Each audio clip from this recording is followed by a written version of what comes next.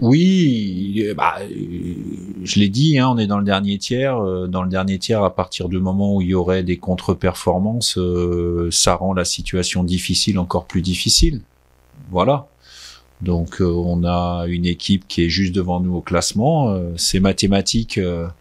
En les battant, on a cette possibilité de passer devant. Donc voilà, c'est ce qui nous anime aujourd'hui. C'est ce pourquoi on doit se préparer. Et on sait aussi que on va tout faire. On va évidemment tout faire pour y arriver. Mais de toute manière, la problématique et la question elle pourra être la même la semaine d'après quand on se déplacera à Ajaccio. Donc en tout cas, un beau challenge pour nous et puis surtout être capable de rééditer une prestation comme celle qu'on a pu faire, je dirais même sur les 3 derniers matchs, même si c'est 3 défaites, parce que sur ces matchs-là, on a encore. Je pense que ça a été plus spectaculaire à Saint-Étienne, aussi parce que c'est Saint-Étienne, Geoffroy Guichard, que ça a été retransmis, et puis que les commentaires ont été unanimes, y compris de l'adversaire.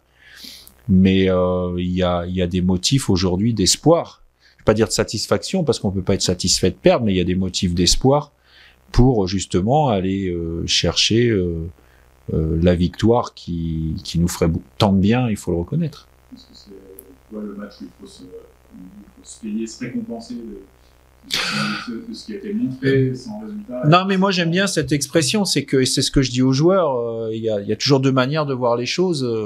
Je me souviens d'une réflexion un jour de Pablo Correa qui avait dit il n'y a pas de défaite. Et c'est vrai, il y a des coachs des fois qui disaient qu'il y avait des défaites encourageantes. Il n'y a aucune défaite encourageante. Toutes les défaites, à un moment donné, sont douloureuses et doivent amener à une autocritique importante.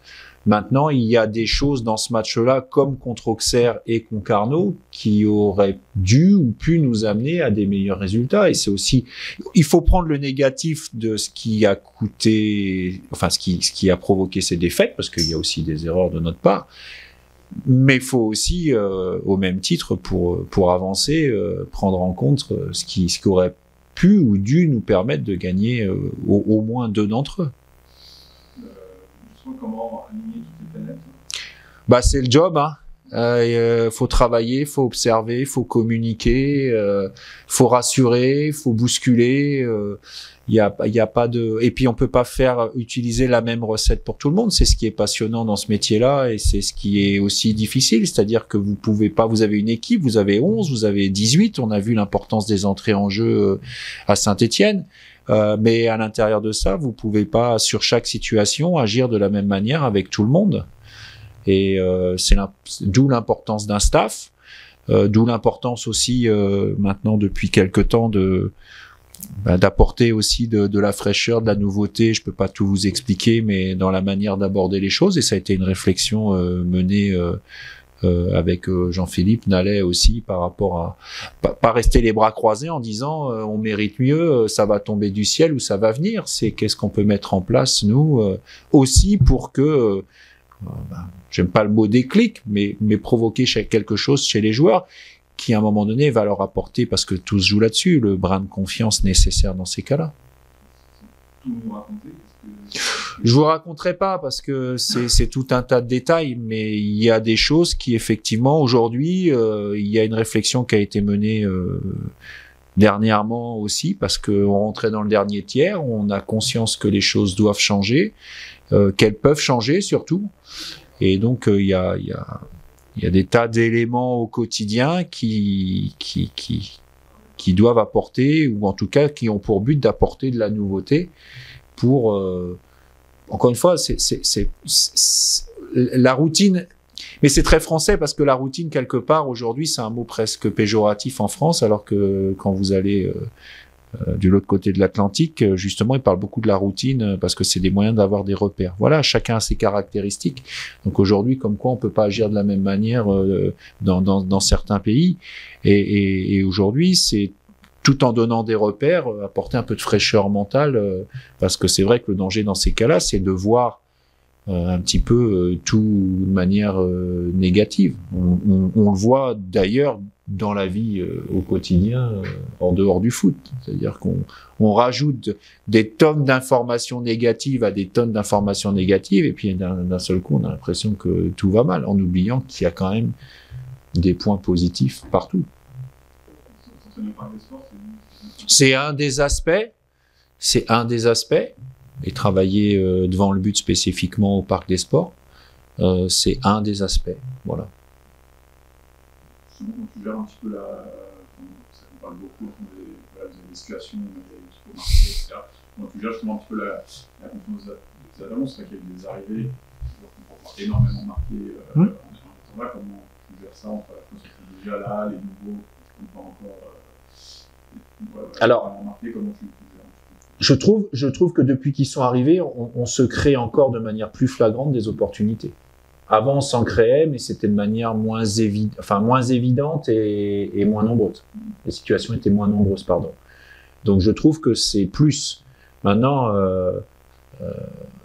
et c'est tout le problème du mercato de janvier, c'est qu'en même temps, il faut apporter de la fraîcheur, mais le temps nécessaire à la mise en place de certaines choses et pour eux d'acquérir certains principes, il est réduit parce qu'on arrive, on est déjà dans la deuxième partie du championnat et c'est sans chercher d'excuses, c'est en ça que je dis que on paye aussi aujourd'hui encore le retard à l'allumage du début de saison, voilà, parce que c'est de profils de joueurs peut-être sans peut-être avoir les mêmes, c'est le profil de joueur qu'on aurait pu avoir dès le début, donc mais ça on peut pas le changer.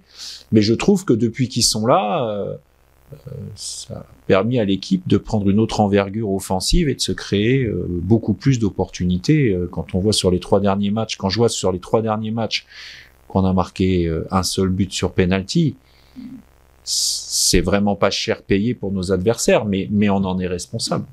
Non, mais c'est pour agir un peu sur leur confiance. C'est ça quand tu es en janvier, on peut dire, inconsciemment, tu as ce rôle de dire, il faut que je sauve l'équipe. Oui. Pour ça, et du coup, là, je marque pas. Ça peut être une pression aussi, mais ça se joue à tellement peu de choses. Voilà, ça se joue à peu de choses. Les joueurs dont on parle, je vais prendre Camara, Djoko, qui sont aujourd'hui, on va dire, ce qu'on pourrait appeler nos titulaires à ce poste-là. Quelque part, la première fois qu'ils ont été alignés ensemble, on en a mis 4 à Guingamp. Et il y a des situations un peu quasi identiques qui se sont représentées dès le match contre Concarneau après, et on en a mis 0. Donc comme quoi, il n'y a pas de, faut pas avoir de certitude, mais en même temps, faut pas perdre confiance non plus. C'est une remise en question permanente. Je pense ils ont tellement l'envie de bien faire, ils ont une mentalité, ils affichent une mentalité tellement positive et ils veulent tellement nous aider que peut-être qu'à un moment donné, ça représente une pression. C'est aussi pour ça que moi, je compte aussi, nous, on est là pour les rassurer, mais moi, je compte aussi sur l'environnement, y compris quand on joue à domicile, pour que ils sentent aussi, autant qu'à un moment donné, l'entraîneur récupère les critiques ou rassemble un petit peu le mécontentement, c'est tout à fait logique parce que quelque part, ça fait partie du métier aujourd'hui. Et puis c'est bien, à la limite, comme ça se concentre sur une personne. Mais moi, ce que je souhaite aussi, c'est que mes joueurs et mes attaquants notamment, ils ressentent le soutien de tout un stade quand ils se retrouvent en situation et qu'ils n'y arrivent pas forcément tout de suite à mettre le but qu'on attend tant. Tout à l'heure, on aurait dit pour que ce soit un week-end important, comptablement avec l'enjeu, ce qu'on a vu dans le jeu ces derniers matchs, la forme, le match à domicile, ça peut être un tournant. S'il y a quelqu'un qui souhaite que ce soit un tournant, croyez-moi, de toute manière c'est le moment. Hein. On peut pas reculer, y compris dans la communication. On peut pas non plus tout le temps mettre oui, mais non. À un moment, voilà, je l'ai dit, je l'assume. C'est le dernier tiers. Là, il faut. C'est le moment de valider. J'aime bien cette expression de dire, faut assembler le puzzle, hein, y compris sur les erreurs défensives qu'on peut faire, qui sont certes pas nombreuses. Vous savez, quand vous revoyez les matchs, il y a un truc qui est flagrant. Et je me permets de parler du dernier sans juger de ce qui a été fait de Saint-Etienne. Je me permettrai pas, vu le respect que j'ai pour ce club et pour son entraîneur. Mais il y a pas moins ou plus d'erreurs à Saint-Etienne défensif que nous, hein. Il y en a pas moins ou plus. Mais il y en a qui sont exploités d'un côté et pas exploités de l'autre. Et vouloir se dire qu'on fera pas d'erreur du tout, c'est aussi utopique parce qu'on fait toujours des erreurs dans un match. Heureusement pour nous d'ailleurs, parce que c'est ce qui nous permet d'avoir des opportunités. Quelque part, le football et le sport de haut niveau, c'est aussi la capacité d'une équipe, quand on parle de valider ses temps forts, mais quelque part, valider ses temps forts, c'est une manière positive de voir les choses, c'est valider aussi ou punir les erreurs adverses. C'est partout comme ça, dans tous les sports collectifs. QRM va mieux. Oui. Quelques semaines, Oui. vous avez battu à l'aller, c'est un match qui a été finalement aussi pas si simple. Non. La victoire. Je connais pas beaucoup des matchs simples en Ligue 2. Hein. Non, mais il y en a qui des victoires comme ça. La victoire d'Ajaccio était plus nette que cette concurrence. Cette concurrence n'était pas forcément. Ouais, mais Ajaccio, je prends l'exemple d'Ajaccio qui a été un match entre guillemets un peu référence pour nous. Oui, on avait fait un bon match contre une bonne équipe, mais enfin on a gagné 2-0 avec 2 frappes pleine lucarne. Donc dire ouais c'était non, alors déjà j'ai du respect pour notamment un adversaire en plus qui descend de Ligue 1, on les bat 2-0, je pense que la victoire était logique, mais il a fallu mettre 2 buts en lucarne pour gagner le match. Donc aujourd'hui des matchs faciles en Ligue 2, il n'en existe pas, on le voit bien, mais y compris pour Auxerre aujourd'hui qui est en tête, demandez à Christophe Pélissier s'il a trouvé que le match à Annecy était un match facile. Voilà. Mais tout se joue et se passe sur des moments forts, des temps forts ou des temps faibles, et sur la capacité des équipes à gérer ces temps faibles quand c'est pour vous et à exploiter ces temps forts quand ils vous arrivent également. Vos armes, faut les arrêter aussi. Est-ce que en ce moment, il faut aussi retrouver un peu plus de qualité là-dedans Voilà. C'est bien dit. Puis comme on n'entend pas bien les questions en général sur les confs, comme ça je donne pas trop d'indications. Mais oui, globalement, c'est quelque chose qui a plutôt bien fonctionné depuis le début de la saison, mais on n'est pas dans notre meilleure période de ce côté-là offensivement. Donc on sait très bien qu'on va rentrer dans des périodes importantes, c'est une arme importante. C'est aussi pour ça qu'un garçon comme Yo de Moncy nous a rejoint. Mais Yo, c'est pareil, il n'est pas forcément en réussite comme on a pu le connaître auparavant, mais je rappelle que dans la première partie de saison, il a peu joué au PFC et des coups de pied arrêtés, ça se joue techniquement sur des choses très précises. Et le rythme d'un match et le rythme de la compétition, ça joue aussi sur une phase arrêtée. C'est un peu ça, oui, j'ai le même sentiment que vous. C'est vrai. On y travaille aussi. On les travaille. Vous savez, entre le début de la saison et maintenant, on les travaille toujours autant. C'est comme travailler devant le but, on travaille de manière, alors là un peu différemment, mais on travaille pas plus ni moins devant le but qu'on ne le faisait auparavant. Il y a des périodes comme ça.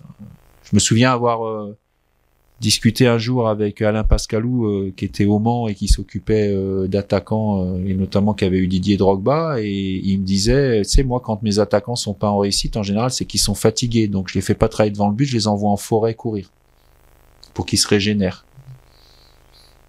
Je dis pas que, mais voilà, donc encore une fois c'est permettre aux joueurs de bien se sentir dans ces situations-là pour qu'ils les gèrent au mieux, parce que marquer des buts, ça reste quand même ce qu'il y a de plus difficile dans le football.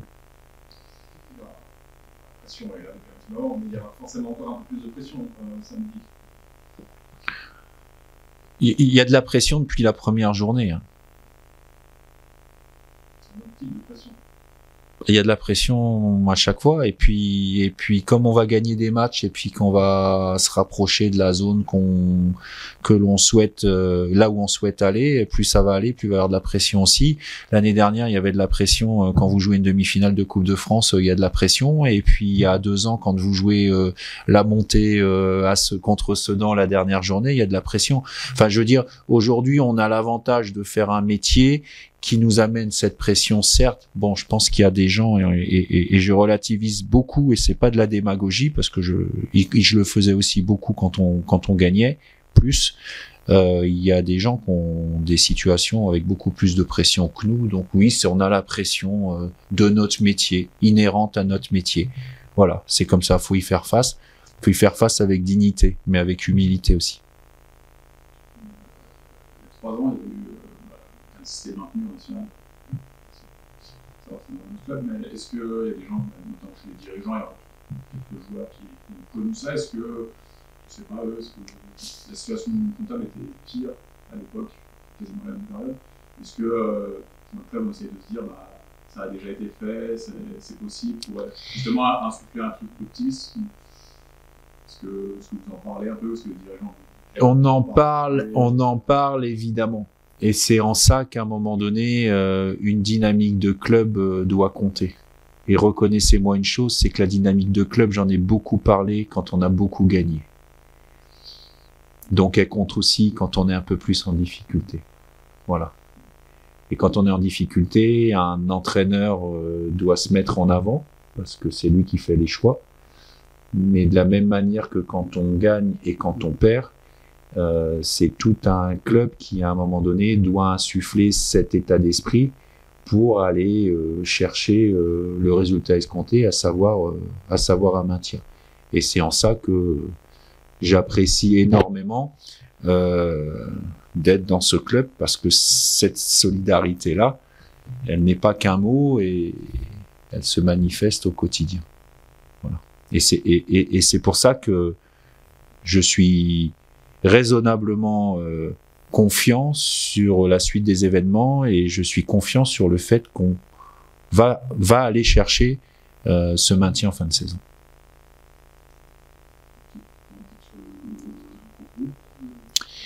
Retour. Le groupe a quelques incertitudes parce qu'il y a eu pas mal de bobos après Saint-Étienne. Donc on a géré pas mal de joueurs. Je vais pas rentrer dans les détails, mais il y a pas mal de joueurs qui ont été gérés, qui n'ont pas fait forcément tous les entraînements. Aujourd'hui, forfait ou quasi forfait, il y a donc Kodjia. Mwanga a repris la course doucement, mais Mwanga a l'autorisation de reprendre la course. Donc ça, c'est, vous imaginez bien que même si j'en parle peu, mais c'est quand même un dossier que je suis semaine après semaine, parce que les joueurs, on les voit, et c'est quelqu'un aussi avec qui je communique beaucoup, parce que j'attends son retour également. Adeline revient potentiellement dans le groupe aussi, enfin en tout cas il est sélectionnable. Mahop sera forfait. Voilà, je pense pas.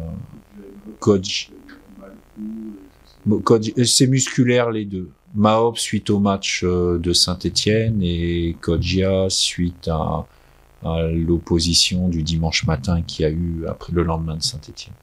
Voilà. Pour l'instant, il n'y a pas de critères de gravité sur des blessures de longue durée, et puis comme tu sais, j'aime bien parler match après match, donc ils sont pas là ce match-là. Un point sera à faire pour le match suivant. Paco sélectionnable aussi, mais Paco il était sur le terrain à Saint-Étienne, pas de souci. Paco il serre beaucoup les dents, ouais, clairement. Aujourd'hui, la Jugy, il serre beaucoup les dents. Ouais. Alors cette semaine, ça a été mieux, mais encore une fois, et je le précise, et c'est en ça que j'ai grand espoir, c'est que j'ai un groupe qui s'accroche, et en tout cas qui montre à chaque match que il abandonne pas et qu'il continue à se bagarrer, avec le manque d'efficacité flagrant et que je reconnais. Mais on a un groupe qui a envie d'en découdre et qui est impatient de montrer qu'il est capable de gagner aussi des matchs.